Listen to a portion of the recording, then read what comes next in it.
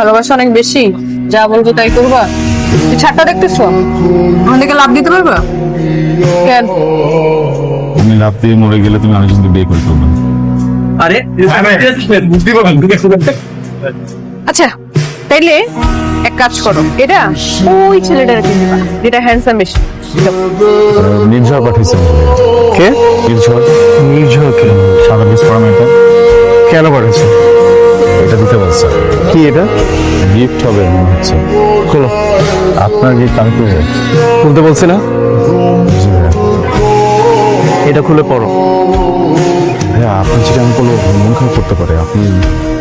Student জি আমাদের ইউনিভার্সিটির। জি। তাহলে তো ভালো স্টুডেন্ট না হইলে চান্সই পাইতা না। পড়তে বলছি পড়ো।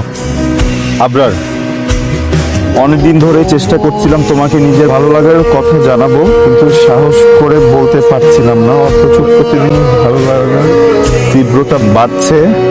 আমি আর নিজেকে ব্র্যাকেট বন্দি করে রাখতে পারছিলাম না। তুমি আমার ভালো লাগাকে স্বীকার করে নিবে? Will you accept?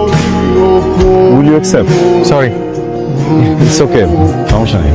আরে তোমাকে সরি বলি নাই, যে এটা পাঠাইছে তাকে গিয়ে সরি বলে দিও।